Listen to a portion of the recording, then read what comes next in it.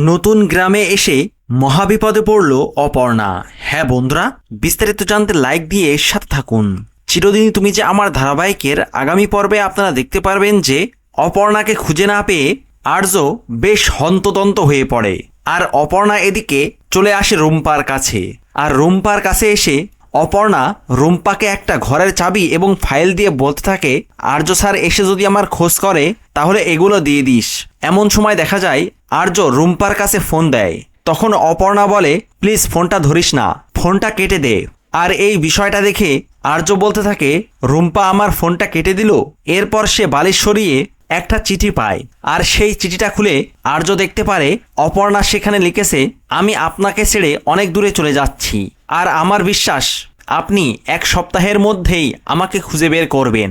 তখন এই কথাটা পড়ে আর্য বলতে থাকে, তোমাকে খুঁজে বের করতে আমার 7 দিনও সময় লাগবে না। আমি এই 7 দিন কিছুতেই তোমাকে ছাড়া থাকতে পারবো না, তাই আমি এর আগেই তোমাকে খুঁজে বের করব। এদিকে দেখা যায় অপর্ণা একটা নতুন গ্রামে এসে একটা চায়ের দোকানে এসে বলতে থাকে, আমি না হরিপুর গ্রামে যাব। তখন দোকানে থাকা মহিলাটি বলে, তোমার কি কেউ থাকে সেখানে? তখন অপর্ণা বলে, না, আসলে আমি ওই গ্রামের একটা স্কুলে পড়াতে এসেছি।